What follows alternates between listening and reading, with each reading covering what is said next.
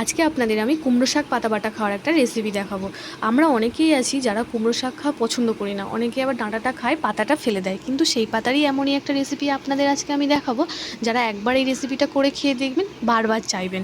আর এই শাকটা হলো আমাদের বাগানেরই শাক।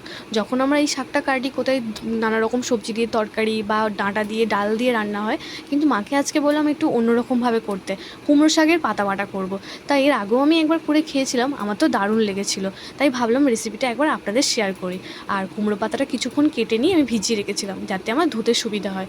ধুয়ে আমি কিছু ঝুড়ির মধ্যে জল ঝারিয়ে রেখেছি। আর এটা আমি প্রেশারের মধ্যে ভাপিয়ে নেব। আপনারা মনে করলে কড়াইয়ের মধ্যেও ভাপিয়ে নিতে পারেন। আমি প্রেশারে অল্প একটু লবণ দিয়ে কিছুক্ষণ ভাপিয়ে নিচ্ছি। নিয়ে এটা আমি মিক্সির বাটিতে ফাটিয়ে নেব। আপনারা মনে করলে শিলের মধ্যেও করে নিতে পারেন বা মিক্সির মাধ্যমের মধ্যেও করে নিতে পারেন। আজকে বাটাটা আমরা পুরোটাই বাটা মশলা দিয়ে করব। আপনারা গোটা মশলা দিয়েও করতে পারেন। গোটা মশলা দিয়ে কী করে করবেন সেটাও আপনাদের বলে দিচ্ছি। গোটা রসুন নেবেন, গোলমরিচ নেবেন, শুকনো লঙ্কা, কাঁচা লঙ্কা কড়াইয়ের মধ্যে ভেজে নেবেন। আর গোলমরিচ, কালো জিরেও দেবেন। দিয়ে যে ভাপিয়ে রাখা শাকটা কড়াইয়ের মধ্যে দিয়ে দেবেন। দিয়ে ওই মশলাটার সাথে ভাজা ভাজা করে নিয়ে এটা মিক্সির বাটিতে বা শিলের মধ্যে বেটে নেবেন।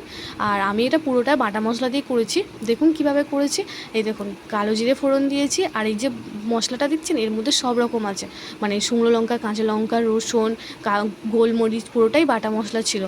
আর ওই যে বেটে রাখা শাকটা কড়াইয়ের মধ্যে দিয়ে দিয়েছি। দিয়ে কিছুক্ষণ নেড়েছিল, যতক্ষণ না জল শুকনো হবে ততক্ষণ আমি কড়াইয়ের মধ্যে নেড়ে যাব।